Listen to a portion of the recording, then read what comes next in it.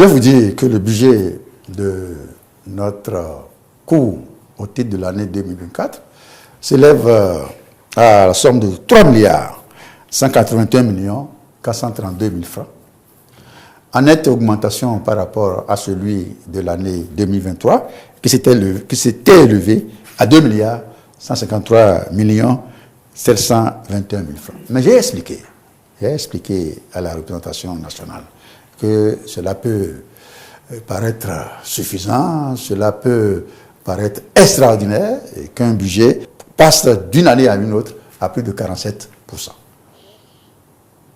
Le niveau d'augmentation du budget a porté essentiellement sur les dépenses du personnel. Or, ce dont il est question aujourd'hui, c'est bien d'avoir pensé au personnel, mais ce dont il est question, c'est les moyens humains, c'est les moyens techniques, c'est les moyens matériels qu'il nous faut pour avancer, pour poursuivre les avancées, les progrès que nous sommes en train de réaliser au niveau de la Cour suprême. Et c'est en cela que, étant resté dans le cadre de dépenses tracées, dans le cadrage tracé par le ministre des Finances, nous sommes quelque peu insatisfaits de ce qui a été fait. Et c'est pour cela que nous avons plaidé auprès de la représentation nationale tout ce qui est en leur pouvoir pour nous permettre d'avoir un budget plus conséquent. Il nous faut des juges, il nous faut des conseillers, il nous faut des avocats généraux, il nous faut des auditeurs, il nous faut des greffiers, il nous faut du personnel de soutien. Nous avons également mis l'accent sur la dématérialisation de nos procédures. Parce que le monde aujourd'hui est au numérique. Nous ne pouvons pas nous passer du numérique. Nous ne pouvons pas continuer de fonctionner avec les moyens d'il y a 10 ans, d'il y a 15 ans.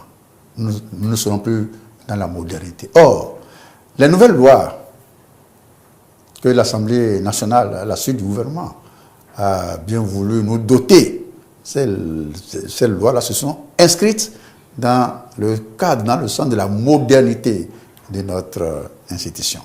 Donc, nous avons mis l'accent sur la dématérialisation. Ça nécessite un minimum d'équipement, ça nécessite un minimum de personnel technique de qualité, et nous avons sollicité cela. Nous sommes aujourd'hui à la Cour suprême dans une mission de restitution de l'histoire de notre juridiction. Les générations futures et montantes ont besoin de savoir. De même, le gouvernement nous sollicite sur les avis juridiques à émettre par rapport aux accords de partenariat, aux accords de prêt qu'il signe avec nos partenaires au développement. Il nous faut répondre au gouvernement dans des délais acceptables. Pour cela, il nous faut des moyens. Il nous faut des hommes et des femmes de qualité. Il nous faut du matériel approprié. Nous avons articulé tout cela dans notre budget et c'est ce que je suis venu défendre ce matin devant la représentation nationale. Je dois saluer la maturité des honorables députés qui ont compris que c'est la justice qui est au cœur du pacte démocratique de notre société. Une société qui n'a pas de l'ambition pour sa justice. Elle ne veut pas construire un état de droit. Or, nous sommes résolument, depuis la conférence des forces vives de la nation, dans l'édification au Bénin d'un état de démocratie pluraliste, un état de droit. Qui dit état de droit, dit nécessairement une justice indépendante, une justice forte, une justice efficace. Et la justice ne peut être forte, ne peut être indépendante, ne peut être efficiente que quand elle dispose des moyens de son action. Donc les députés nous ont compris, ont plaidé pour que nous soyons attendus et nous avons bon espoir que la représentation nationale fera tout ce qui est de son pouvoir pour permettre à la Cour suprême de disposer des moyens qu'il faut pour avancer. Le budget du ministère du numérique et de la digitalisation pour l'année à venir, l'année 2024, est d'un montant de 24 milliards 300 millions environ. Et de ce budget, il faut comprendre qu'il y a à peu près 9 milliards qui seront consacrés aux dépenses de fonctionnement et 15 milliards 3 qui seront donc dévolus aux dépenses en capital. Comme c'est un ministère qui gère à la fois le secteur des médias et le secteur du numérique et de la digitalisation, il faut voir que nous aurons des projets relatifs au secteur donc, numérique et digitalisation d'un montant à peu près de 12 milliards. Le volet média va prendre un budget d'environ 9 milliards et le reste ira donc sur le budget pour les projets ou les activités de pilotage et de soutien du ministère. Donc voilà en gros comment l'année 2024 va se profiler pour le ministère du numérique et de la digitalisation. Alors pour l'année 2024, beaucoup de priorités.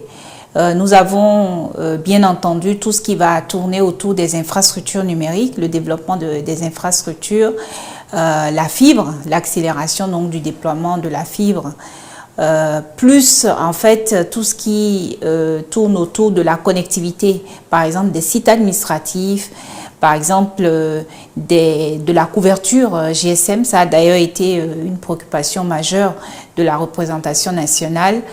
Et puis sur ce volet infrastructure, il faut rajouter le volet dématérialisation, digitalisation de l'administration publique, l'administration intelligente, qui va continuer à s'accélérer. Donc on aura encore plus de e-services, on aura encore plus de plateformes qui vont venir digitaliser les transactions et les processus administratifs, auxquels nous allons justement annexer ou additionner tous les usages liés à l'intelligence artificielle pour renforcer donc le service aux citoyens. Et puis nous avons bien entendu le volet relatif aux usages numériques, l'école des métiers du numérique avec le développement des compétences et tout ce qui tourne autour de la formation. Nous allons former les jeunes sur les métiers, les nouveaux métiers autour de l'intelligence artificielle, mais aussi des métiers existants. Et sur le volet des médias, nous allons continuer de soutenir la modernisation des médias publics et de renforcer l'accès des citoyens aux médias de qualité, notamment à travers les services de la télévision numérique terrestre.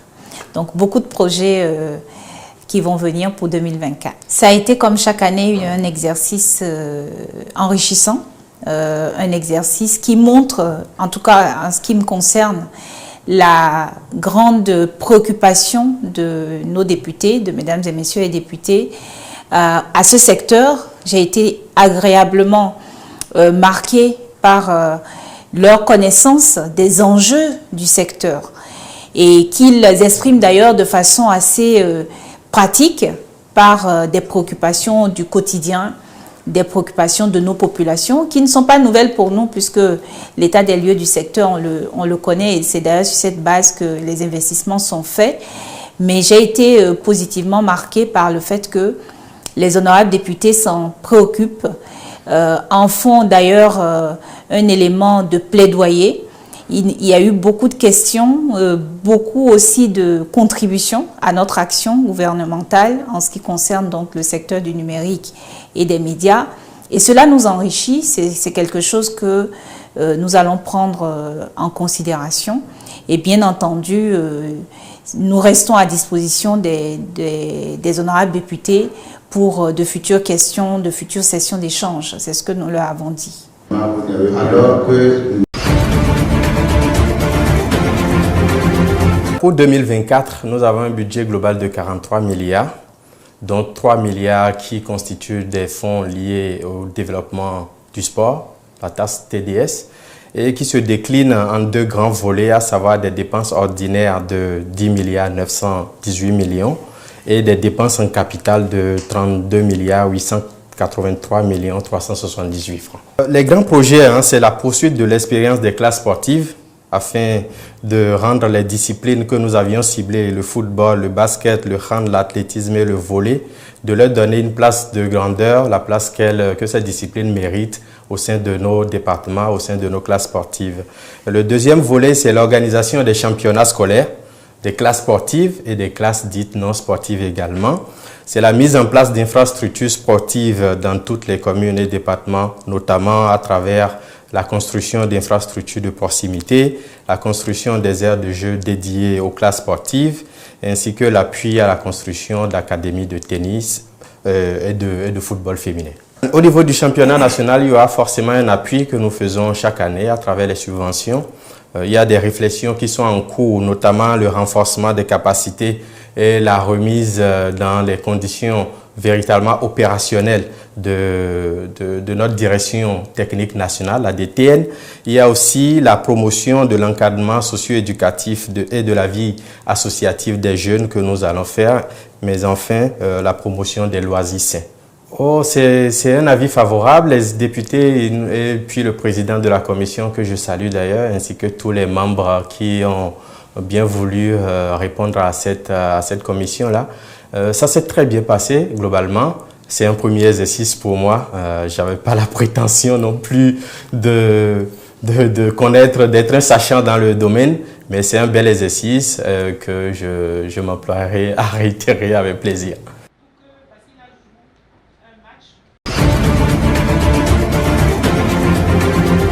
L'enfant, c'est cet être immature qui a le droit à la vie, le droit d'être protégé, le droit d'avoir une identité, le droit d'aller à l'école, le droit de bénéficier des soins de qualité. L'enfant a le devoir de respecter ses parents à la maison, ses encadreurs à l'école, ses encadreurs par rapport à sa religion, à sa confession religieuse. L'enfant a encore le devoir de respecter le rangement des parents à la maison, de ne pas gâter le matériel, les outils des parents à la maison. À l'école aussi, l'enfant a le devoir de ne pas gâter le bien public. Il a le devoir de prendre soin et de respecter le bien public. À la maison, l'enfant a le droit de faire certaines petites tâches pour aider les parents. À l'école, il a le devoir de suivre en classe, d'apprendre ses leçons et de les réciter.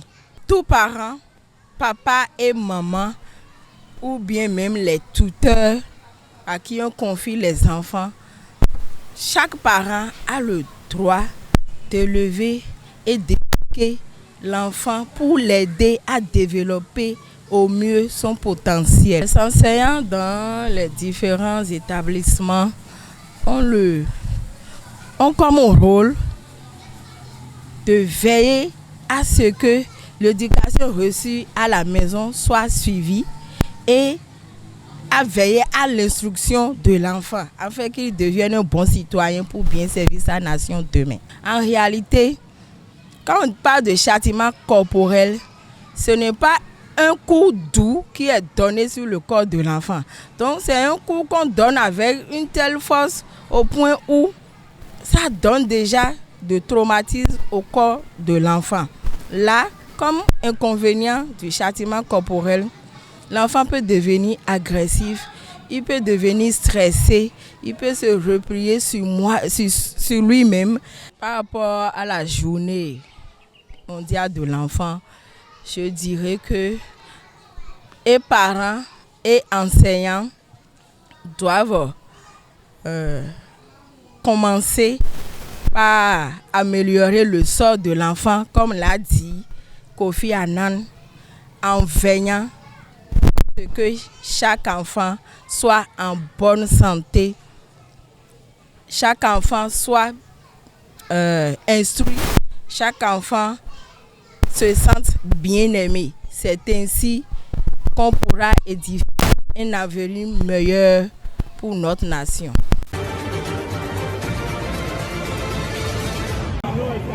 Les célébrations de la victoire de Joseph Boakai à la présidentielle au Libéria ont tourné au drame lundi soir à Moronvia quand une voiture a foncé sur ses supporters pour une raison inconnue, tuant 3 personnes et faisant des dizaines de blessés graves.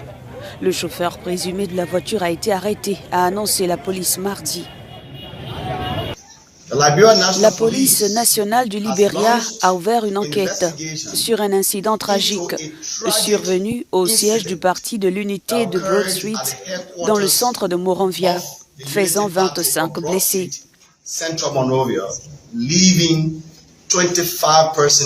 L'incident qui a eu lieu vers 22 h hier soir, le 20 novembre, a fait 3 morts. De ces 3 décès, 2 hommes, une femme ont été confirmés par des médecins du centre médical John F. Kennedy. Des témoins cités par les médias locaux ont rapporté que la foule avait cru d'abord à une défaillance mécanique, mais que le conducteur avait conservé le contrôle du véhicule après avoir fendu l'attroupement, s'était arrêté plus loin, avait incendié la voiture et était reparti sur une moto qui l'attendait. Ces affirmations n'ont pas été corroborées par la police.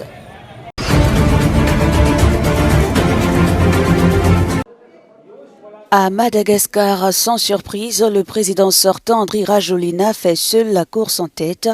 Selon les résultats compilés de plus de 13 915 bureaux sur les 27 375 existants et publiés lundi sur le site de la CENI, le candidat de Tanora Malagasy Vonona arrive en tête avec 60,78% des suffrages exprimés.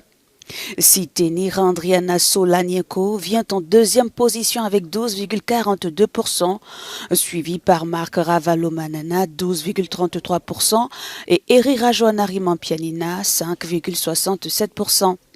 Ces 2 anciens présidents n'ont pas battu campagne, mais continuent de jouir d'une certaine popularité. Ils font partie du collectif des 10 candidats qui avaient appelé au boycott du scrutin présidentiel. Un mot d'ordre qui aura, selon des observateurs, impacté l'affluence autour du scrutin, dont le taux de participation est historiquement le plus bas. Selon la commission électorale, il serait de 43,05%.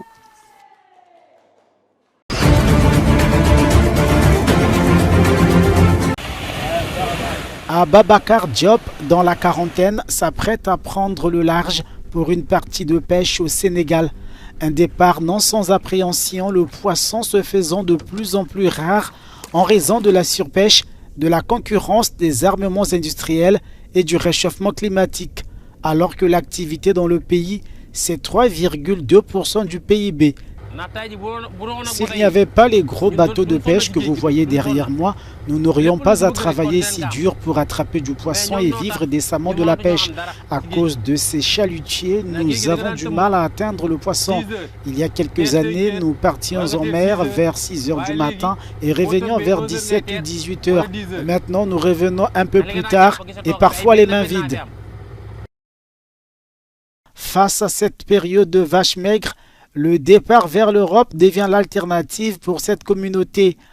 À Thiaroye, dans la banlieue de Dakar, des dizaines de pirogues tirées sur le rivage ont été abandonnées par des travailleurs de la mer qui ont pris la route de l'Europe. En mer, ces jeunes me parlent de leur désir d'aller en Europe. Ils devraient prendre les bateaux s'ils en avaient les moyens. Toutes ces pirogues en bord de mer ont été abandonnées par des pêcheurs partis en Europe. Ne pouvons plus subvenir à leurs besoins à cause de la rareté du poisson. Alors que la pêche industrielle tire son épingle du jeu, le volume des captures par pirogue a, lui, diminué de 58% entre 2012 et 2019, selon l'ONG Environmental Justice Foundation. Si les pêcheurs décidaient de ne pas partir, personne ne pourrait partir. Donc je pense que le nœud du problème, c'est la pêche. Et si on trouve des solutions pour que les pêcheurs puissent vivre décemment au Sénégal, il n'y aurait plus d'immigration clandestine. La marine sénégalaise disait fin octobre avoir stoppé en 2 semaines 26 pirogues transportant plus de 3800 candidats à l'émigration.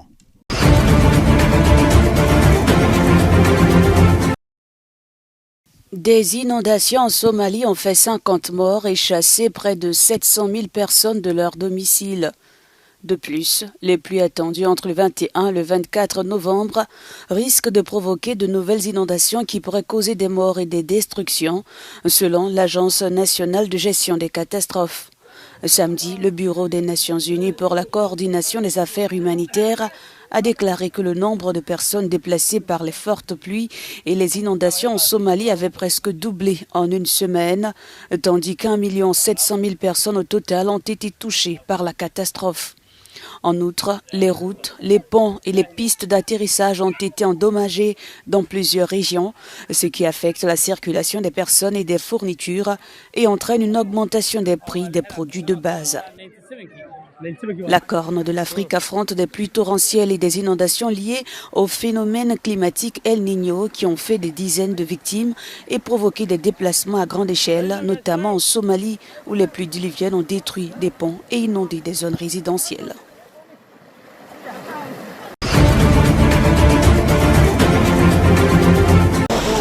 La demande pour l'ormo, ce mollusque marin, a poussé Achaïka Abalone à se lancer dans son élevage. L'entreprise sud-africaine tient 2 fermes où vivent 13 millions d'escargots de mer. Élevés, nourris, ils sont expédiés, séchés ou en conserve à Hong Kong. Quelques-uns sont exportés vivants. Nos ormeaux sont naturellement robustes. Ils sont difficiles et ils deviennent assez gros.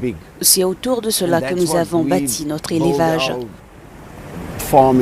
Notre objectif est de les faire grandir plus rapidement et d'augmenter notre rendement ou le goût et la couleur selon la préférence du client.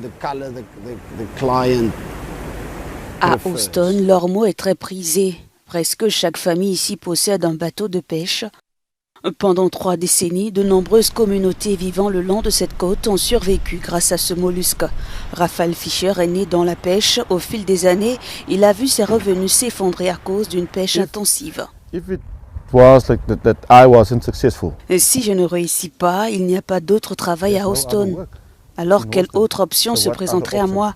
C'est pour cela que je prenais une combinaison et je plongeais, parce que j'ai une famille à nourrir. Mes enfants doivent être soignés et aller à l'école. Hong Kong importe entre 2000 et 3000 tonnes d'ormeaux sud-africains illégaux par an, selon le rapport de l'Initiative mondiale contre la criminalité transnationale organisée. Ce restaurant propose des ormeaux sud-africains. Nous pensons que l'ormeau est un produit durable de mer. Bien sûr, je n'ai pas suffisamment de connaissances sur l'Afrique du Sud, mais d'après ce que j'entends, il y a toujours un approvisionnement stable d'ormeaux venant d'Afrique du Sud et leur prix est toujours très stable. Nous comprenons donc que ce sont des ormeaux d'élevage et la taille des ormeaux est très régulière. Ce rapport paru en 2022 a révélé que le commerce illégal d'ormeaux vers le centre de Hong Kong s'est chiffré à près d'$1 milliard entre 2000 et 2016. Certains ormeaux sont transférés vers d'autres grands marchés en Chine ou au Japon.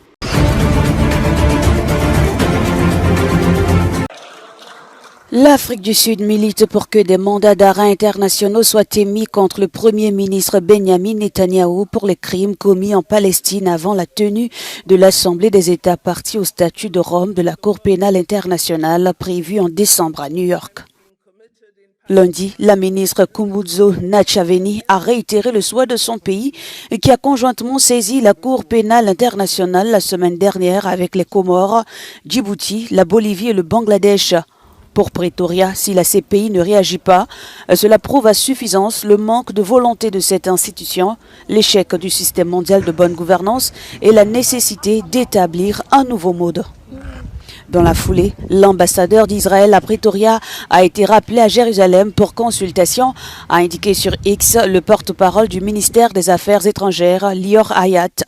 L'Afrique du Sud est l'un des pays les plus critiques des bombardements israéliens massifs sur la bande de Gaza, menés en représailles aux sanglantes attaques du mouvement islamiste palestinien Hamas en Israël le 7 octobre.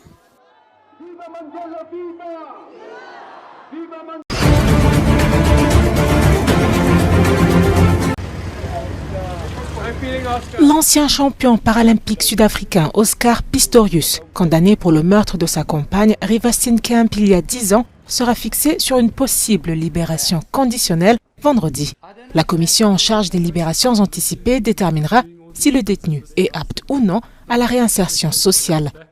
La loi sud-africaine prévoit qu'un condamné peut, une fois la moitié de sa peine écoulée, bénéficier d'une liberté conditionnelle. Un imbroglio autour de la proportion de la peine de prison déjà purgée par l'ancien athlète et sprinter avait mené au rejet de sa première demande de libération. Oscar Pistorius avait été condamné en 2017 à 13 ans et 5 mois ferme pour avoir tué la mannequin Reeva Steenkamp en tirant au fusil à travers la porte de la salle de bain de sa chambre. Il avait plaidé la méprise, assurant avoir cru qu'un intrus s'était introduit chez lui.